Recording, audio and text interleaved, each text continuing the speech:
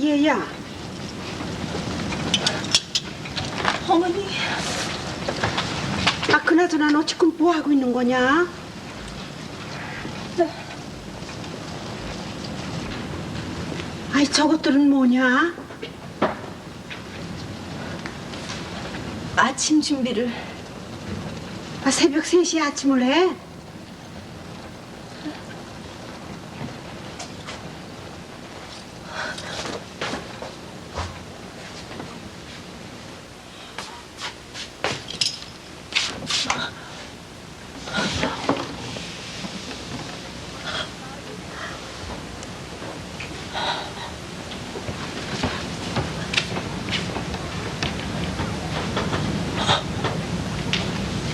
얘야, 너 시계를 잘못 본 모양이구나. 들어가서 한숨 더 자거라. 부엌은 기순이더러 치우라고 그럴 테니까. 네.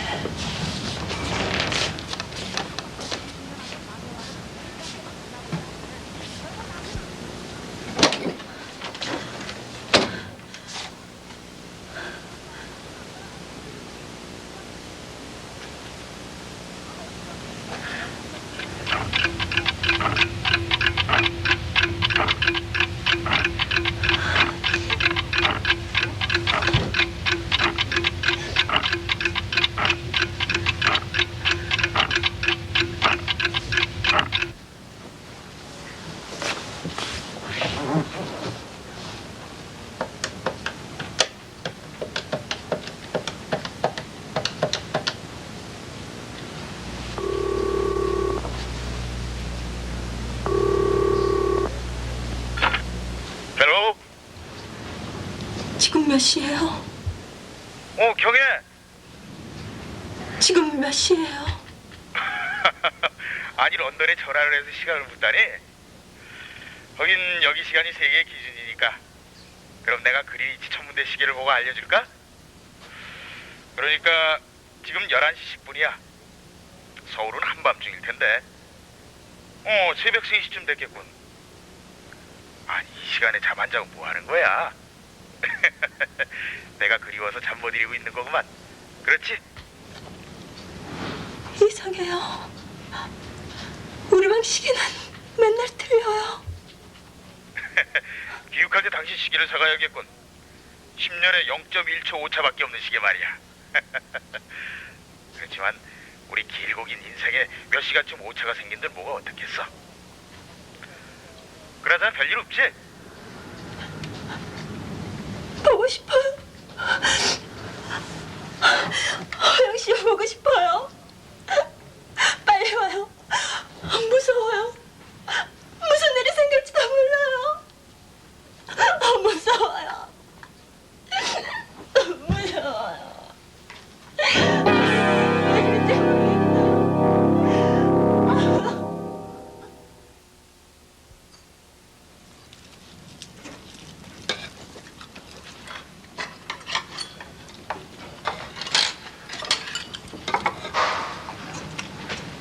길순아, 네?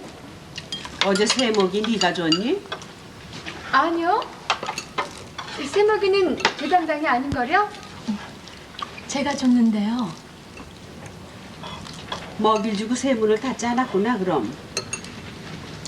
네? 새가 날아가 버렸다.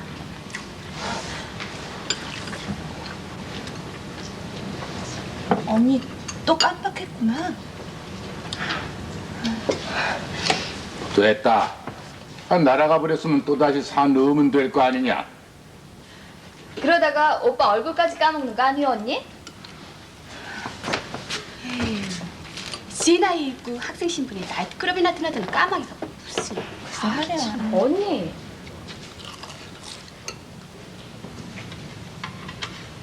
한참 젊은 나이에 웬 건망증이 그렇게.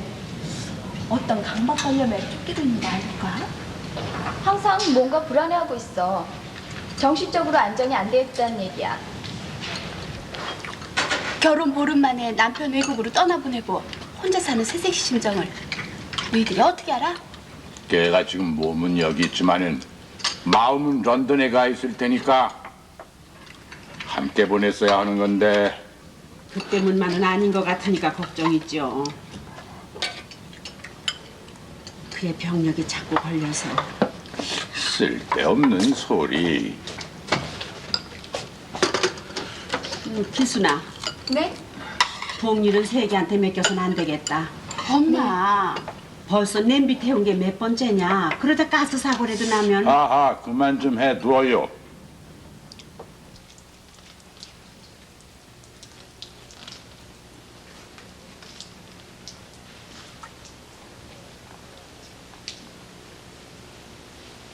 왜 그럴까? 난 왜 그럴까? 내가 왜 이럴까?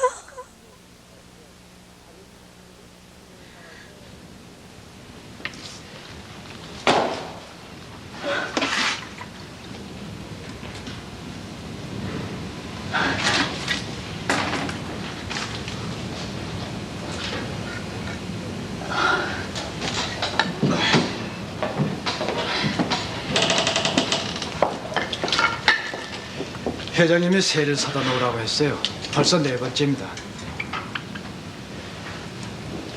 누군가 새처럼 훨훨 집 밖으로 날아가 버리고 싶은 사람이 있는 모양이죠.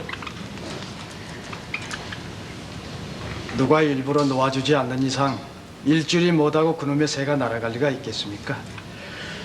하기사 대갓집 맏며느리 숨통이 막힐 만도 하지요.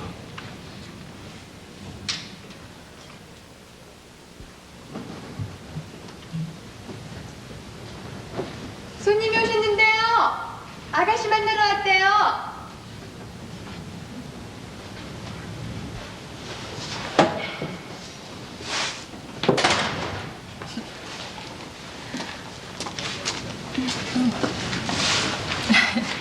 고마워요.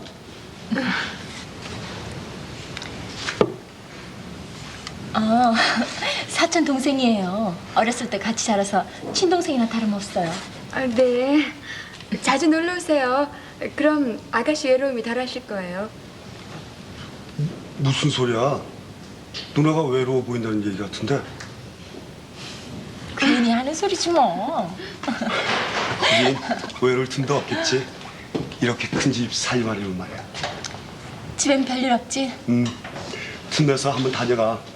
우리 아버지 누나 시집 보내놓고 허전하신가 봐. 누나 쓰던 방 치우지도 못하게 하고 가끔 들어가 보시고 그래. 엄만 친딸이라도 그렇게 못하실 거라고 그러셔. 그러다가 아버지 병나시겠다고. 실은 엄마도 누나 보고 싶은 거야.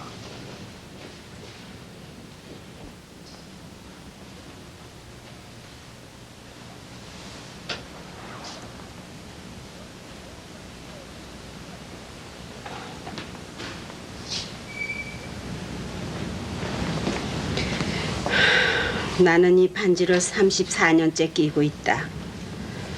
아마 3분의 1은 달아 없어졌을 거야. 결혼 반지는 아무데나 뽑아 놓는 게 아니다. 제 방에 뒀어요, 어머님. 난 이제 이 반지가 내 손의 일부가 됐어. 단 한시도 내 손에서 떼어놓지를 않았다. 아마 이젠 뽑혀지지도 않을 거야.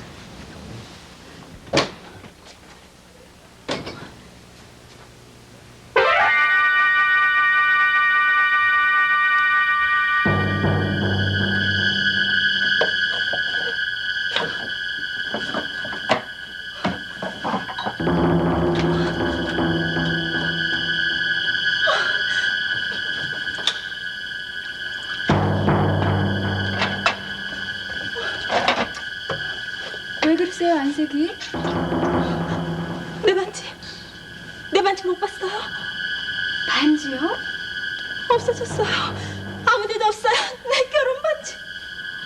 어떡해요? 그 반지 엄청 비싼 거라 그러던데. 어떡해.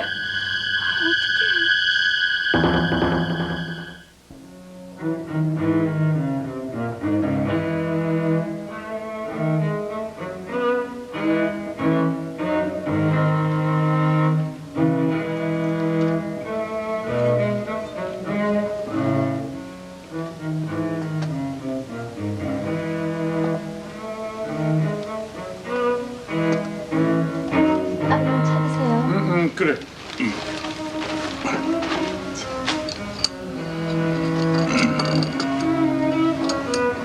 어머, 반지 잃어버렸다더니 찾았네요, 언니? 네. 다행이구나. 친정 동생이 다녀간 뒤로 반지가 보이질 않아서 찜찜했었는데.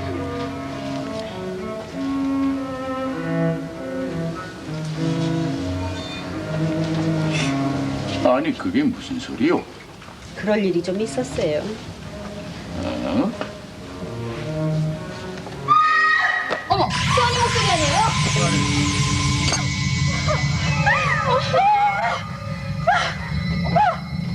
왜 그래요? 아가씨 왜 그러세요? 아가씨! 야야 왜 그러냐? 기순아, 무슨 일이냐? 제가 잘못해서 도마도 케첩을 쏟아뜨렸어요. 그걸 보더니 갑자기 비명을 지르면서 정말 저도 무슨 영문인지 모르겠어요. 괜찮아요. 아무 일도 없어요. 일어나요. 같이 들어가요, 나만. 괜찮아요.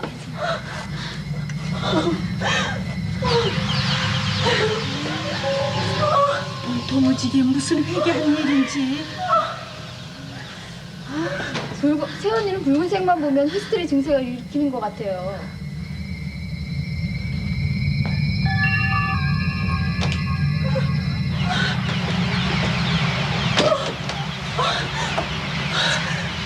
마음 놓고 한숨 푹 자요. 자고 나면 한결 기분이 좋아질 거예요. 걱정할 거 없어요. 누구나 간혹 그런 우울증에 빠질 때가 있어요. 오빠가 돌아오면 괜찮아질 거예요. 걱정하지 말아요. 난 무서워요. 무서워요.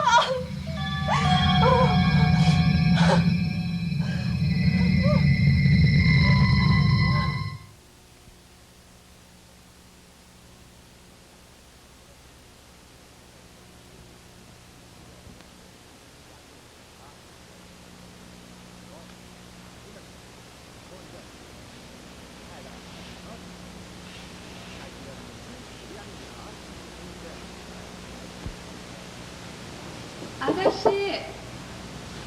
아가씨!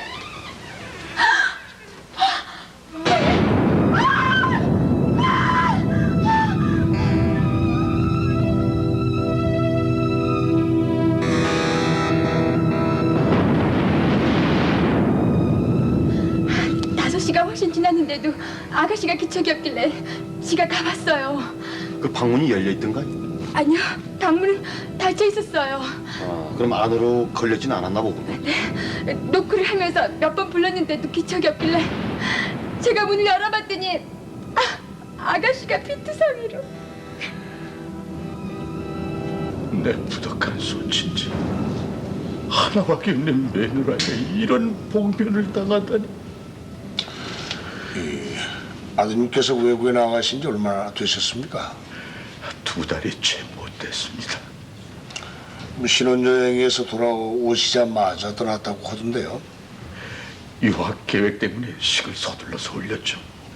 그래서 1년짜리 단기 코스를 택했습니다. 말하자면 내 뒤를 잇기 위한 실습입니다. 이 두 사람이 결혼하기 전까지는 집안의 반대도 많았고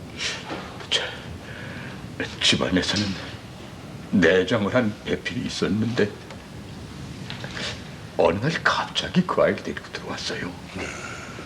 군복무할 때 부대 근처에 있는 마을의 국민학교 선생님이었던 아이를 알게 된 거죠. 그리고 나서 3년 뒤에 도리 없이 집사람이 허락을 했습니다. 그럼 집안의 문제 같은 거? 아주 엉뚱하게 생각하진 마십시오. 제 집안에서 하나도 문제가 없었습니다. 결혼식을 올려줬다는 것은 가족으로서 받아들인다는 의미를 하는 것이 아니겠습니까? 그럼 타살이라고 생각하십니까? 물론이죠. 그놈을 빨리 잡아주십시오. 현상금을 걸어도 좋으니까요. 저희 아이가 돌아오기 전에 명확한 대답을 해주십시오. 특별한 일이라뇨? 이 가령 이 식구들 간의 그 불화라든가. 그런 일 우리 집안엔 없습니다. 예. 이 실례입니다만 이 두 사람의 결합을 가장 반대하셨다고 하시던데요. 다 지난 일이에요. 받아들인 이상 내 집 식구입니다. 누구 짓인지 용서 못해요. 기왕에 터진 일이니까 철저하게 밝혀주세요. 네. 이 사망 추정 시간을 저희들은 그 새벽 2시에서 3시로 보고 있습니다. 혹시 그 집안 식구 중에서 누군가가 이 무슨 소리를 들었을 텐데요. 난 못 들었습니다. 우리 수사반이 현장에 도착했을 때의 광경은 참혹했습니다. 현장의 상황으로 봐서 타살임을 의심할 여지가 없었습니다. 그러나 외부로부터의 진입 흔적은 찾을 수 없었습니다. 창문은 굳게 닫혀 있었고 쇠창살은 뜯어낸 흔적이 없었습니다. 이 방의 크기는 5평 정도고 가구는 결혼 때 장만한 것으로 모두 새 것이었습니다. 천장에 설치된 지연등과 스탠드 등은 꺼져 있었고 벽 스위치에는 핏자국이 남아 있었습니다.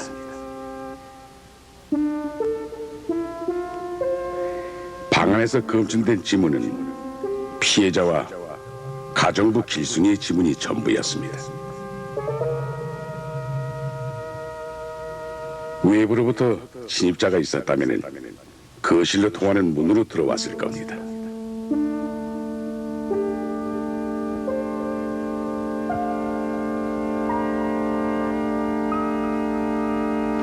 현관문은 2겹 세급으로 걸려 있었고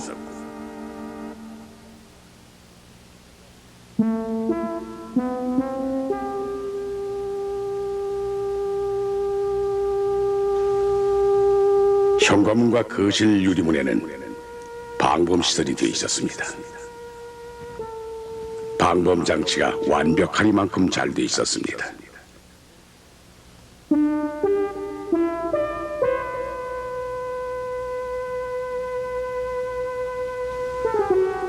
만약 손경혜 씨의 죽음이 타살이라면 범인은 미리 집안에 들어와 있었든지 아니면 식구들 중에 하나라는 결론이 나올 수밖에는 없었습니다.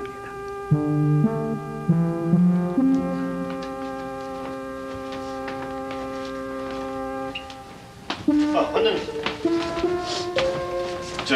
이 아가씨들 당분간 친구 집에 가 있겠다고 하는데요. 미안합니다. 괴롭더라도 이 수사가 대강 매듭질 때까지 협조를 좀 해주셔야 되겠습니다.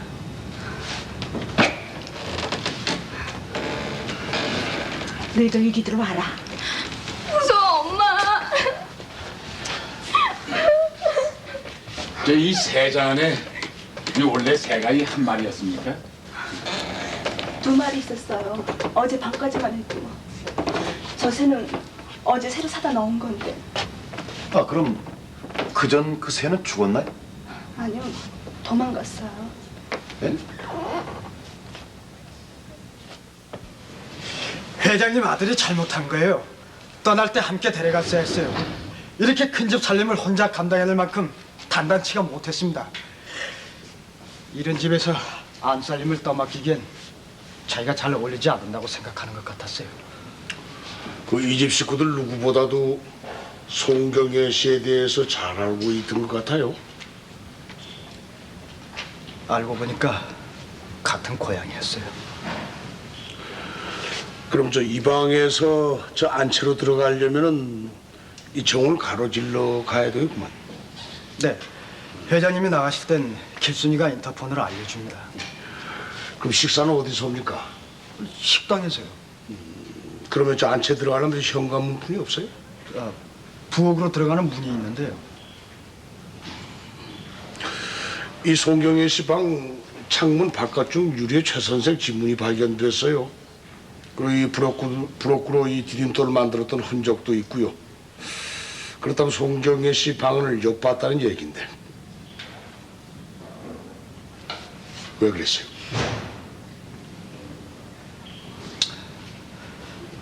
걱정이 됐어요. 꼭 무슨 일을 저지를 것 같았습니다. 그러더니 결국 자살이라고 생각해요? 자살이 아닌가요? 저 주임님, 이 어제 이 문 잠궜었어요? 그럼요.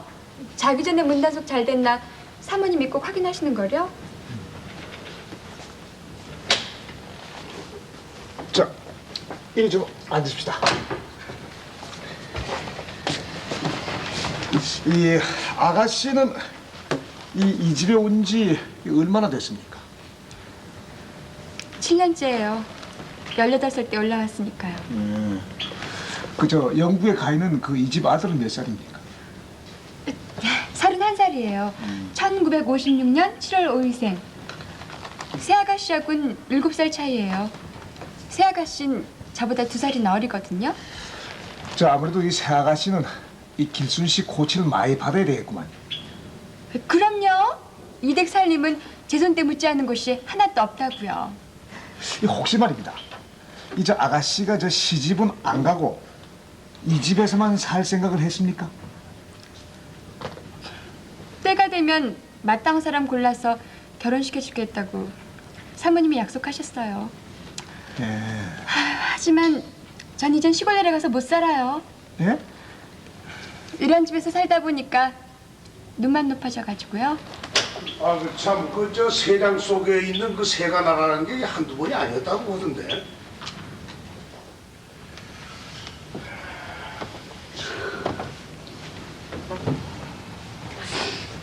새가 나라가 없어지는 것도 새언니의 고민 중에 하나였어요. 주의를 하는데도 하루에도 몇 번씩 그런 실수를 한다고 어떻게 하면 좋겠느냐고 나한테 호소를 하곤 했죠. 이 집안 식구 모두가 그 두 사람의 결합을 반대했을 때도 박미라 씨반은 오빠 편이었다고 하던데요. 비슷한 이유 때문에 내가 좋아하던 사람과 헤어졌어요. 무명 작곡가였죠. 엄마의 강한 반대 때문에 헤어져 미국으로 이민 가버렸어요. 그리고 어젯밤 그 송경희 씨를 마지막으로 본 사람은 박미라 씨입니다. 부엌에 쏟아져 있던 도마도 케첩을 보고 발작을 일으켰어요. 보통 때도 붉은색을 보면 민감한 반응을 보이곤 했죠. 그 이유는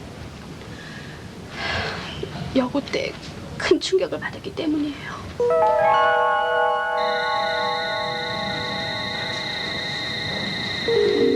겨울방학 때였어요. 우리 식구 모두 함께 설악산으로 여행을 떠났어요. 아버지가 직접 운전을 하셨고요. 나하고 내 동생들은 큰 소리로 노래를 불렀었죠. 그런데 근데 갑자기 앞자리 엄마 비명 소리를 들었어요. 차가 기울어졌어요. 갑자기 모든 것이 어두워졌어요. 아무 소리도 들리지 않았어요. 그리고 내 몸이 젖어왔어요. 온통 불꽃 끈적거리는 그건 피였어요. 유리창 시트 온통 내 몸이 피로 물들었어요. 그 속에서 나 혼자 살아남았어요.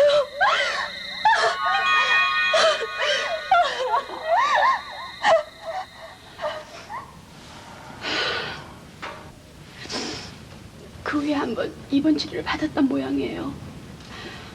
부모 형제가 없다는 것도 문제였지만 엄마는 그 병력 때문에 더욱더 반대를 하셨던 거예요.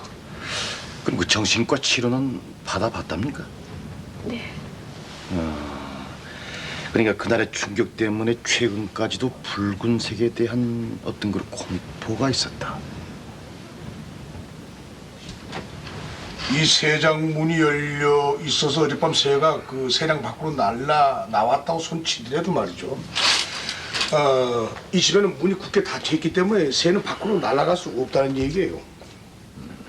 그리고 사체가 발견되는 즉시 신고를 했고 또 저희들이 신고를 받고 달려올 때까지 이 집의 모든 문은 굳게 닫혀 있었습니다.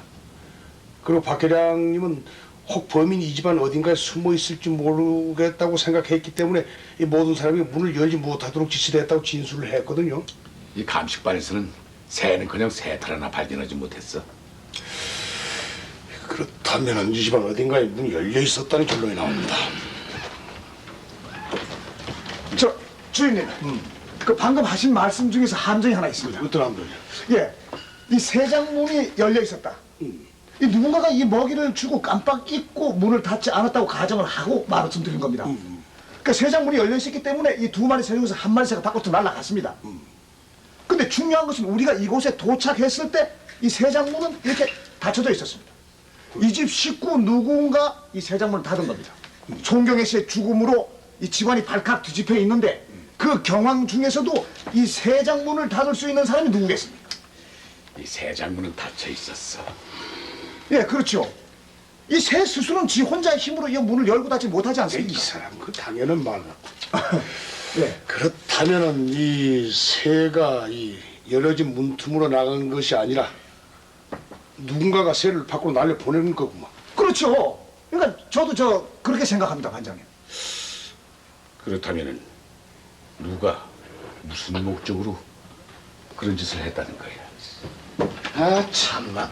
아이 새 얘기죠. 안 그래도 말이죠. 이 새 때문에 송경희 씨가 이 며칠 전에도 몇 번씩이나 곤욕을 치른 뒤였습니다. 그럼 이제 송경희 씨를 공경에 빠뜨리려고 누군가가 일부러 그랬다. 새 한 마리 없어진 게 지금 무슨 상관입니까? 사람이 죽었는데.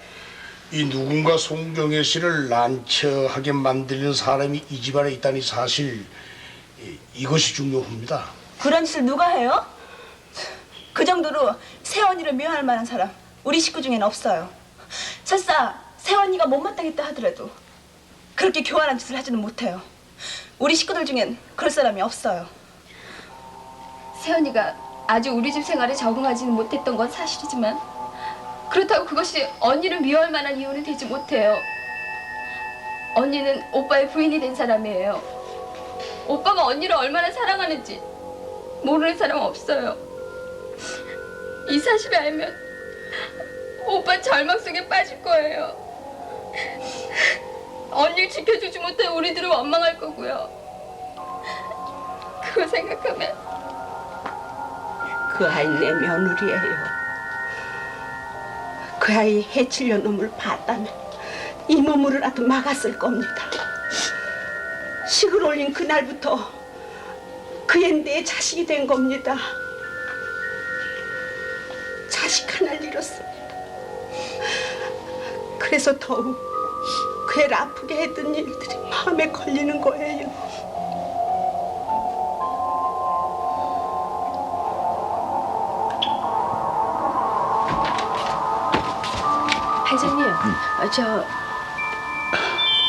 무슨 일이야? 괜찮아? 송경애 씨가 끼고 있던 결혼 반지요. 감정 결과 가짜인 것으로 밝혀졌어요. 아니 무슨 얘기요? 그 반지가 말도 안 되는 소리. 그건 내가 며느리한테 준 결혼 예물이요. 그걸 구입한 곳을 좀 알려주시겠습니까? 아, 그 반지는 내가 고르고 내가 직접 산 겁니다. 나도 보석을 보는 눈은 있어요. 그런 실수는 있을 수가 없어요. 그 반지를 잃어버렸다가 찾았다고 하던데 그때 바뀌었겠죠. 네? 그러니까 똑같은 모양의 반지를 사갔단 말이지. 가만 있어봐. 그러니까 이 다이아만 이 가짜 다이아를 박았다. 아주 가만히 있어봐. 민영사, 그런 말이야. 반지를 사간 사람 인상 차이를 좀 알아봐. 뭐? 뭐라고?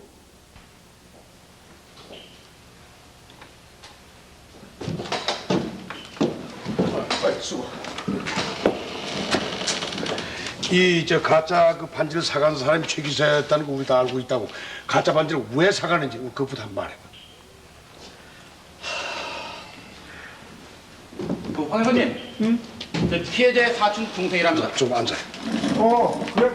박수경 수고했어. 근데 저 아직 사실대로 얘기를 안 했습니다.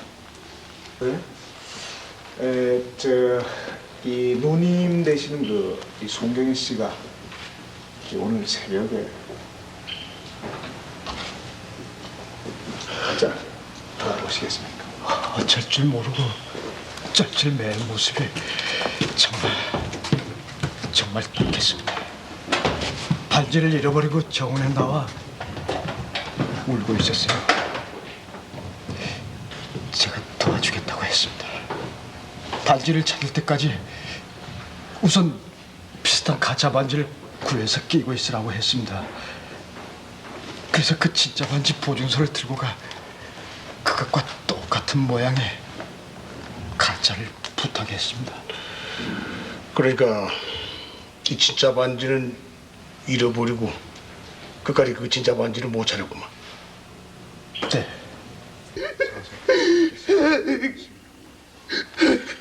뭐든지 짐작되는 게 있으면 얘기를 해줘요.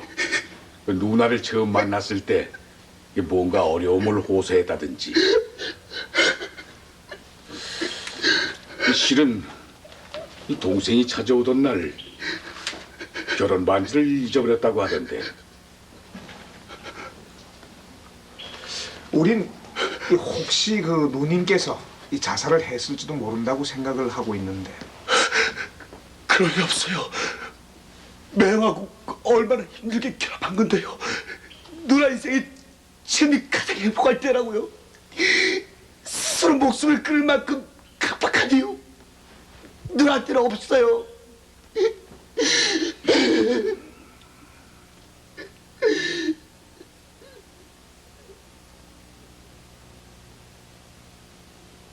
아이 고마워요 아가씨. 술 좀 드릴까요? 예, 이 소주 있으면 한 잔만. 제가 아니고 우리 반장님만 이 반주로 딱 한 잔만. 이 사람 이제 이 변사자의 잠옷은 전혀 흐트러짐이 없고 그 목에는 말이야 이 검정색 보재기를 뚫을 만한 끈으로다가 한 바퀴 묶여져 있었고 말이야 27cm 되는 바느질용 가위가 그 변사자 옆에 떨어져 있었어. 그 가위는 말이야 이 변사자가 시집올 때 가져온 것으로서 말이지. 이 검정 보자기, 가위 그런 것들은 여자들이 쓰는 것들입니다. 변사자의 몸을 건드리지 않았다는 사실을 봐서도 이 바꾸고 말하면 여자의 범행일 수 있다는 것을 입증하는 거 아닙니까? 그 화장대 서랍에 그 결혼 예물인 그 시계, 반지, 목걸이 이 값비싼 폐물들이 있었습니다. 근데 그 하나도 안 건드렸거든요. 그럼 금품을 노린 것이 아니라면은 이게 이제 원하는 관계인데 이 더군다나 그 외부로부터의 그 침입이 없는 것을 보면은 이 집 식구들 중에 누군가가 그러긴 범행 사실 너무 끔찍하단 말입니다.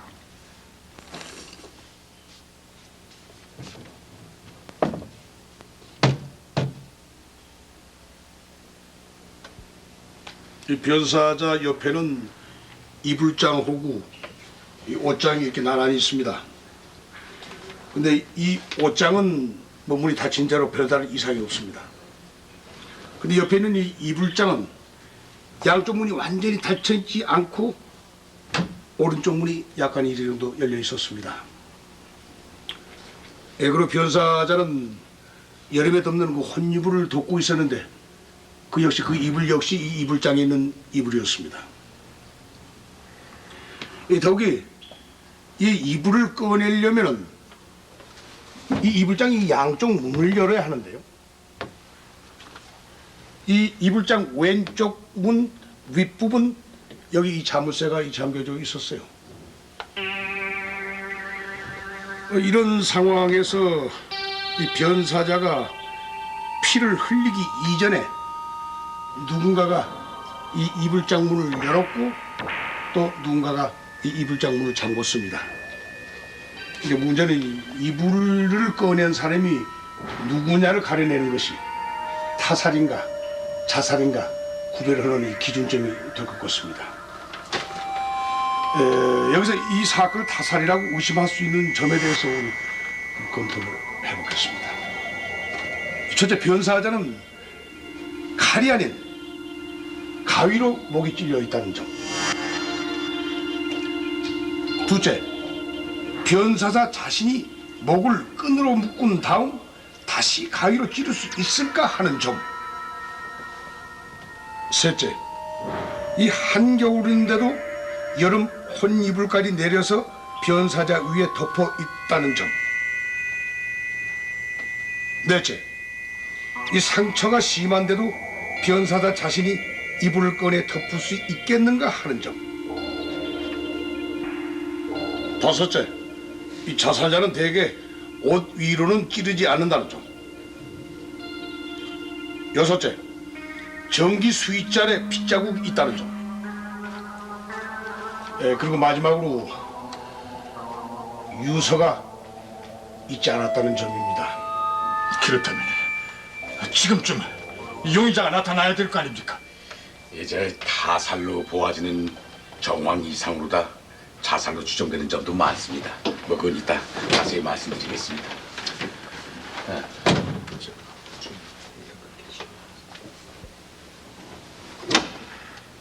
자, 주인 보세요.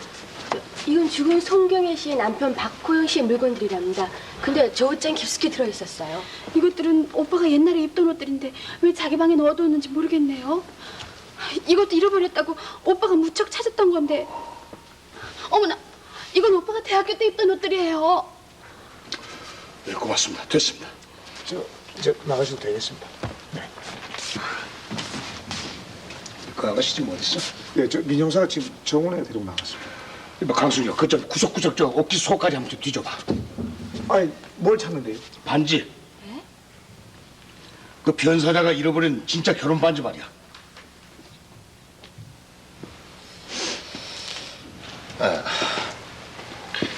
이 집 아들 참 그 미남이던데요.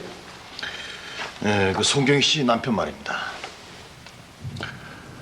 기순 씨하고는 그 5살 차이라고 했죠. 그건 왜 물으세요? 기순 씨가 이 집에서 18살부터 같이 자랐다고 하니까요. 참, 뭐 함께 자란 셈이군요. 그 사람 좋아했어요? 아니, 그 생년월일까지 줄줄이 외우고 있으니까 어떤가 남다른 관심이 있었던 거 아니에요? 그래봤자 그림의 떡 아니겠어요? 재벌집 외아들과 가정부 말도 안 되잖아요. 한순간 놀이객감이라면 몰라도요. 그래서 복수한 거예요? 그 남자가 좋아했던 그 여자를? 전 그렇게까진 못해요. 그 여자가 믿긴 했지만요. 이 결혼 반지 왜 감췄어? 이 반지 아가씨 방에서 나왔어.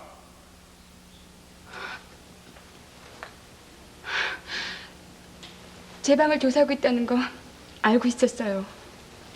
그 반지도 찾아낼 거라고 생각했었어요. 내가 그 사람들 좋아하는 거 알고 있을 거라고요. 이 새장 속에 있는 새 날려보는 것도 알아서 주시지.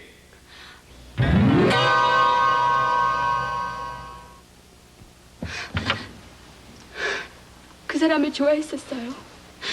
내가 이 집 가정부라고 해서 그 사람을 좋아하면 안 된다는 법은 없잖아요. 혼자 있을 때면 그 사람 생각을 했었어요. 단둘이 섬에서 사는 꿈도 꿨었어요. 잠깐이지만 그분도 나를 하나의 여자로 보았을 때가 있었으니까요.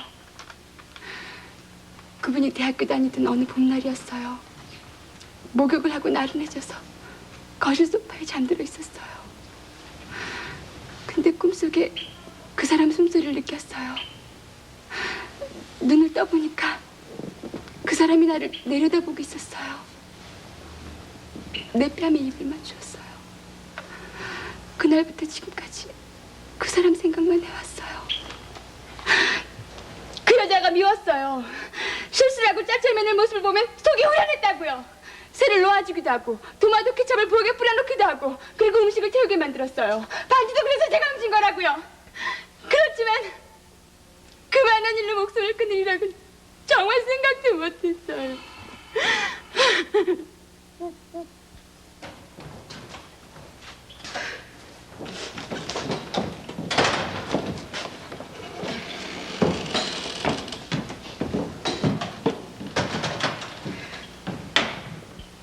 이 타살로 생각할 경우의 모순점과 이 자살로 추정되는 사안을 검토해보면요, 우선 제3자의 침입한 흔적이 없고 반항한 흔적이 없으며 구원을 요청하는 호함 소리를 이 들은 사람이 하나도 없다는 사실입니다.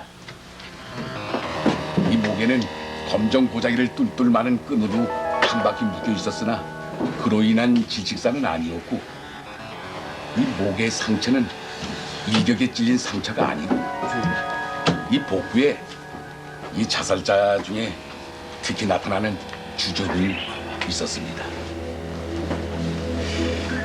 이 변사자 양손에는 혈흔이 묻어 있었고, 이 특히 우측손에 많이 묻어 있었습니다.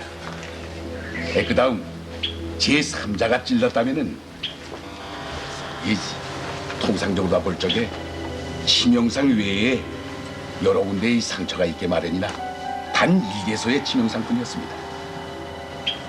그 이불장의 이불을 꺼내서 변사자에게 덮어준 것이 제3자의 행동이라면은 이불장 좌측의 문짝을 채워놓고 도망간다는 것은 이 통례상으로 있을 수가 없는 겁니다.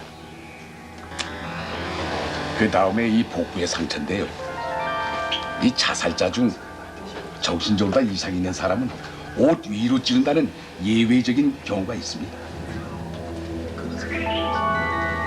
그 다음에 여름에 덮는 혼이불을 굳이 꺼내서 덮었다는 것은 이 변사자가 자살을 각오했을 때 이 시집와서 한 번도 덮어보지 못한 새 이불이니까 이 마지막으로 한번 덮어보고 죽겠다는 이 심리적인 표현일 수도 있습니다.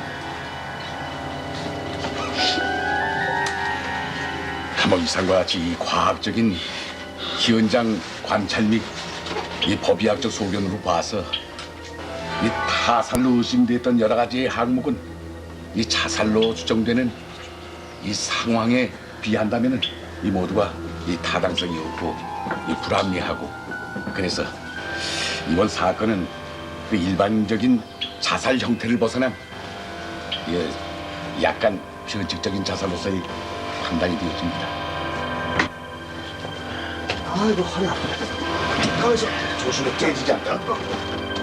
아, 요 좀 잡아요 주인님. 아, 그래. 아, 나처럼 몰라. 그 이사도 안 해봐. 가. 뭐였지?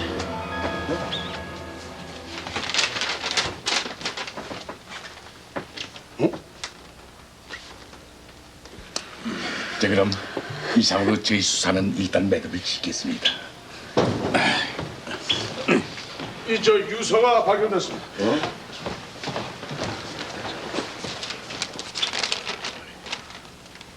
여보, 미안해요. 저를 마음껏 욕해주세요. 제정신이 아니란 걸 잘 알고 있어요. 그치만 더 이상 나빠지기 전에 끝내야 해요. 내가 어떻게 변해갈지 나도 몰라요. 무서워요. 점점 상태가 나빠지고 있어요. 뭐든지 돌아서면 까먹고 말아요. 결혼 반지까지 잃어버렸어요. 미친 여자 소리 듣기 전에 사라져야 해요. 타고난 운명인지도 모르죠. 저보고 빨리 오래요. 내 동생들이 날 불러요. 그것은 괴로움이 없겠죠? 여보, 우리 다시 또 만나요.